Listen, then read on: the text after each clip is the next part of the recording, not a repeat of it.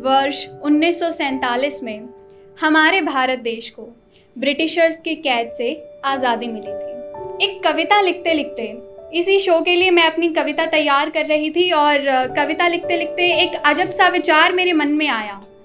तो सुनिएगा कि गा रही थी भरी सभा में गाथाएं मैं वीरों की, गा रही थी भरी सभा में गाथाएं मैं वीरों की, तोड़ी थी जो 47 में कहानी उन जंजीरों की, तोड़ी थी जो 47 में कहानी उन जंजीरों की। बात बताऊं गांधी की, संघर्षों का गुणगान कहूं, ऐसे बढ़ा था भारत का मैं मान और सम्मान कहूं। भारत के हर बेटे को मैंने भगत सिंह बतलाया था और नेता को भी तो देखो सरदार पटेल बताया था। बेटी की जब जब बात छिड़ी झांसी की रानी याद दिलाई थी, माँ का जब जब जिक्र हुआ भारत माँ की जयकार लगाई थी, भारत माँ की जयकार लगाई थी। शुक्रिया। सूर्य वायु को बता ईश्वर, सूर्य वायु को बता ईश्वर, धर्म को सबसे बड़ा दिखाया था। ये आज के परिभाषित जाति धर्म नहीं, कर्म को सबका पिता बताया था, कर्म को सबका पिता बताया था। विविध भारत को एकता शब्द के पुल से बांधा था मैंने, विविध भारत को एकता शब्द के पुल से बांधा था मैंने। मान मर्यादा आदर्श पुरुष रघुकुल से जाना था मैंने। अपनी कविता में भारत को मैंने पाते देखा हर मुकाम, अपनी कविता में भारत को मैंने पाते देखा हर मुकाम। बड़ी अर्थव्यवस्था की सूची में भी शामिल है आज मेरे देश का नाम। शुक्रिया कि हो रही तरक्की दर दर, हो रही तरक्की दर दर, आज छा रहा तिरंगा घर घर। सोच सोच कर ऐसी बातें मैं तो फूली न समाती थी, मानो मेरी आंखों में भारत की आबादी मुस्कुराती थी। गुनगुना रही थी मैं भी गीत वो देशभक्ति के, गुनगुना रही थी मैं भी गीत वो देशभक्ति के। झूम झूम कर तिरंगे संग जश्न आज़ादी मनाती थी, झूम झूम तिरंगे संग जश्न आज़ादी मनाती थी। मगर तभी इन नेत्रों समक्ष एक दृश्य दिखाई देता है, मगर तभी इन नेत्रों समक्ष एक दृश्य दिखाई देता है। जश्न हुआ ओझल और फिर कहाँ कोई मुझे गीत सुनाई देता है। एक तरफ सुनाई दिए दंगे मस्जिद मंदिर के, सामने दिखी प्रजा मांगती अधिकार गिर गिर के, सामने दिखी प्रजा मांगती अधिकार गिर गिर के। बलात्कार की खबरें तो फिर चारों ओर गूंज पड़ी, बलात्कार की खबरें तो फिर चारों ओर गूंज पड़ी। आखिरकार मेरी ही काया मुझसे, आखिरकार मेरी ही काया मेरे अंतर मन से पूछ पड़ी, मेरे अंतर मन से पूछ पड़ी कि क्या ये है आज़ाद भारत, क्या सचमुच हम आज़ाद हैं, क्या सचमुच हम आज़ाद हैं। कहती है कि कहाँ है वो भारत, कहाँ है वो भारत जिसकी बातें तूने सुनाई हैं।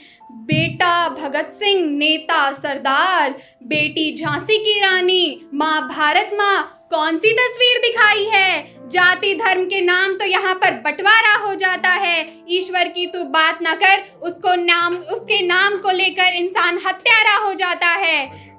और अंत में एक आखिरी सवाल उसने फिर पूछा कि क्या सच में ये आज़ादी है, क्या सचमुच भारत आज़ाद है।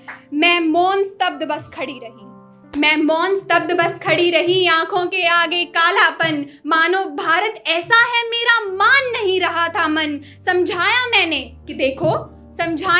कि देखो हो रही है तरक्की भी, समझाया मैंने कि देखो हो रही है तरक्की भी और पहले से विकास बहुत है। फिर देखा देश की आंखों में और देश ने कहा अभी मुझे बदलाव की आस बहुत है, अभी मुझे बदलाव की आस बहुत है। कि देश क्या कहता है, देश कहता है कि माना है विकास आज के परिवहन में, माना है विकास आज के परिवहन में, मगर सड़कें आज भी बेबस चेहरों से मिलवाती हैं। माना छा रहा है तिरंगा सर्वत्र संसार में। अगली लाइन सुनिएगा, और अगर आप सबको अच्छी लगे तो आपके हाथ हवा में उठने चाहिए और तालियों की गूंज मुझ तक पहुंचनी चाहिए कि माना है विकास आज के परिवहन में, मगर सड़कें आज भी बेबस बच्चों से मिलवाती हैं। माना छा रहा है तिरंगा सर्वत्र संसार में, मगर द्रौपदी चीर खातिर आज कृष्ण को ना बुला पाती है। माना दे रहा है आविष्कार आज भारत कई, माना दे रहा है आविष्कार आज भारत कई, मगर हैं कुछ आंखें जिन्हें मकान और रोटी सताती है। माना बढ़ गई है संपूर्ण देश की वारा भी, वारा इज इकोनॉमी। माना बढ़ गई है संपूर्ण देश की वारा भी, मगर युवा को आज भी 2 पल की नौकरी भगाती है। कि मैं ये नहीं कहती कि देश आज़ाद नहीं है। आज़ाद तो कर गए वो वीर जो अब हमारे साथ नहीं है। कहते हैं ना कि भारत एक भूमि का टुकड़ा नहीं है, भारत एक जीता जागता राष्ट्र पुरुष है। तो मेरे कहने का तात्पर्य यह है कि ऊपर से देखें तो भारत आज़ाद है, एक लोकतांत्रिक देश है, मगर गहराई में देखें, लोगों के बीच देखें तो आज आज़ादी का क्या अर्थ है। कि आज़ादी तो है रिश्तों को पल भर में तोड़ देने की, वादों से अपना मुंह मोड़ लेने की, गलत काम भी मर्जी से कर दिखाने की, बेमतलब की लड़ाई हक से लड़ जाने की, पैसों से कुछ भी खरीद पाने की और इंसानियत की हर हद को भूल जाने की, अपनी संस्कृति का मजाक उड़ाने की, खुद कुछ न कर पाकर देश छोड़ जाने की।